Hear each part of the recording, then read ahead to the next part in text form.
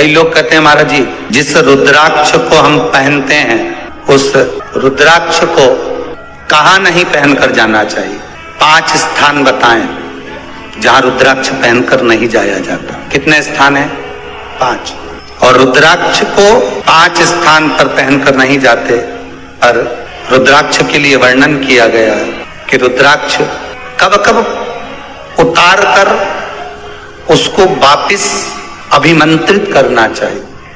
5 जगह पहनकर नहीं जाना चाहिए और रुद्राक्ष को अभिमंत्रित करना मतलब सीधा अमावस्या के दिन, पूर्णिमा के दिन, शिवरात्रि के दिन, श्रावण महीने के सोमवार को, प्रदोष के दिन, ये दिन आपके शरीर में जहां पर भी रुद्राक्ष है, आपके गले में अगर आप रुद्राक्ष पहने हो, आपके हस्त कमल में आप रुद्राक्ष पहने हो, आपने अपने पास में कहीं रुद्राक्ष रख रखा है, तो उस रुद्राक्ष को अमावस्या, पूर्णिमा, शिवरात्रि या श्रावण का सोमवार या प्रदोष आदि, इस दिन उस रुद्राक्ष को एक बार दूध में धोने के बाद उसमें थोड़ा सा सरसों का तेल अवश्य लगाना चाहिए।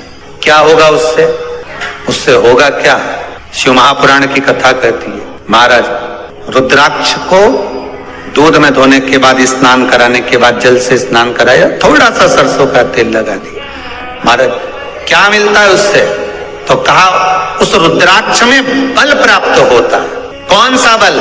जो शरीर के अंदर बीमारियां बढ़ती हैं, उस बीमारी को वो रुद्राक्ष धीरे धीरे समाप्त करना प्रारंभ कर देता है। पर एक और चीज याद रखना, जिस रुद्राक्ष के पानी को आप बीमारी के समय पर गलाकर पीते हो, उसमें सरसों का तेल नहीं लगाना, उसमें सरसों का तेल नहीं लगाना।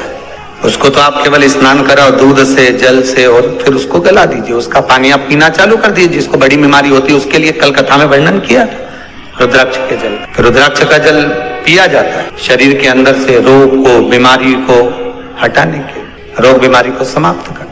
तब 5 स्थान बता दिए, 5 जगह बता दी, 5 स्थान निश्चित कर दिए जहां पर रुद्राक्ष को पहनकर नहीं जाना। पहला, किसी की मृत्यु वाली जगह पर। दूसरा, जहां पर बच्चे का जन्म हुआ, मृत्यु आदि जगह पर सूतक लगती है, जहां बच्चे का जन्म लगता है वहां सावड़ लगती है। मतलब जीव जाने के बाद दुख का सूतक होता है, और बच्चा जब जन्म लेता है तो सुख की सावड़ रहती है। सुख की 2 स्थान।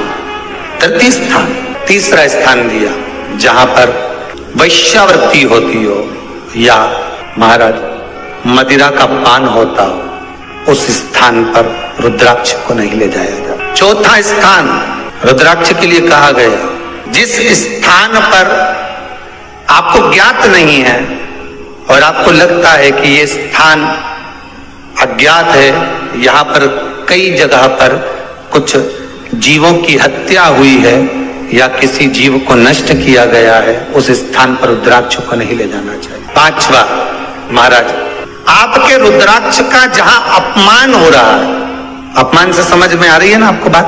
एक आय को ढोंग प्रपंच में पढ़ा है, कौन ने कहा इतने रुद्राक्ष धारण कर ले? कौन ने कहा है? क्यों ढोंग प्रपंच में पढ़ा है?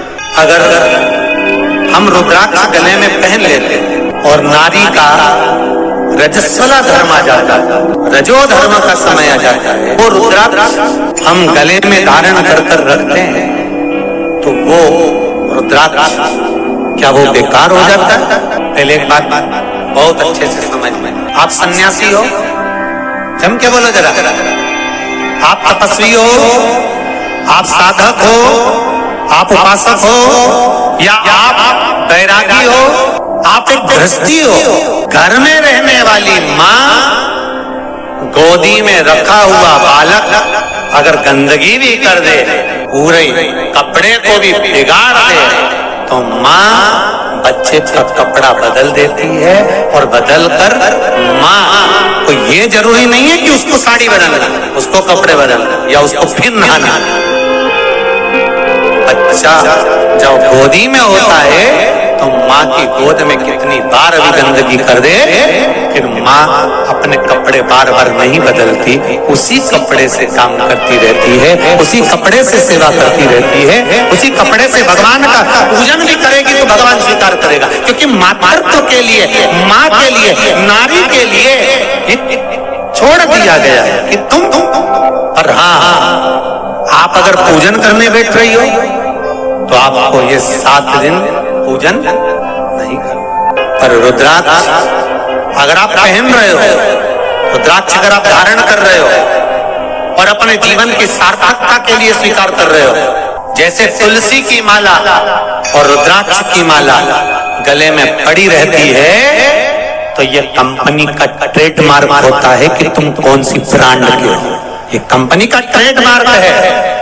तुलसी की माला पहनकर प्राण छूट गए तो वैकुंठ चले गए, और रुद्राक्ष की माला पहनकर प्राण छूट गए तो कैलाश धाम चले गए। ये कंपनी का ट्रेडमार्क। छोटे रुद्राक्ष की माला, छोटा जो रुद्राक्ष होता है उसकी माला, कैंसर का जो मरीज होता है, अगर वो फर्स्ट स्टेज का कैंसर भी है, छोटे रुद्राक्ष अगर अच्छे हैं, 3 मुखी से लेकर 5 मुखी, 7 मुखी, 9 मुखी, 11 मुखी छोटा रुद्राक्ष मिल जाए, उसकी माला अगर पानी में डाल दी जाए और उस पानी को वो मन का ही डाल दो, उसी का पानी थोड़ा थोड़ा कैंसर के मरीज को सुबह दोपहर शाम श्री शिवाय नमस्तुभ्यम का जाप कर कर, पंचाक्षर ओम नमः शिवाय का जाप कर कर, शंकर शिव का नाम लेकर, महाकाल बाबा का नाम लेकर, विश्वेश्वर विश्वनाथ का नाम लेकर, केदारेश्वर का नाम लेकर, 12 ज्योतिर्लिंग का स्मरण कर कर अगर वो आचमन करना प्रारंभ कर दे तो कैंसर रोग में भी आराम मिलना प्रारंभ। केवल आचमन ही नहीं करना है, अगर स्त्री है तो अपने उल्टे हाथ पर भी उस मनके की माला को लपेट सकती है। पुरुष है अपने राइट हैंड में उस माला को, अगर कैंसर से पीड़ित व्यक्ति है, रोग से बहुत पीड़ित व्यक्ति, उसको बल मिलता है, उसको पावर मिलता है, उसको एक एनर्जी, उसको एक तेज मिलता है रोग से लड़ने का। कई लोग कहते हैं महाराज जी रुद्राक्ष को सिद्ध कैसे करना चाहिए, तो शिव महापुराण में एक ही उपाय लिखा है, 108 बेलपत्र पर शंकर का नाम लिखकर समर्पित कर दो, या लाल चंदन चढ़ाकर समर्पित कर दो रुद्राक्ष के ऊपर, या उस रुद्राक्ष को आप अभिषेक में समर्पित कर, या उस रुद्राक्ष को सरसों के तेल में रखकर उसको फिर समर्पित शिव जी को कर। रुद्राक्ष को निकाला, शंकर जी के ऊपर रखा, शिव जी के चरणों में रखा, अभिषेक किया, उसको धारण किया। सिद्ध कैसे करना है, तो शिव महापुराण की कथा में एक संवाद बड़ा सुंदर लिखा कि रुद्राक्ष अपने आप में सिद्ध है। मुंबई में एक मेडिकल रिसर्च सेंटर में इस रुद्राक्ष के पानी का रिसर्च किया जा रहा है। आप लोग निकालना कभी, आप लोग तो उसमें निकलेगा आपको, उसका सेंटर का नाम दिया जाएगा कि किस रिसर्च सेंटर में निकाला जाएगा।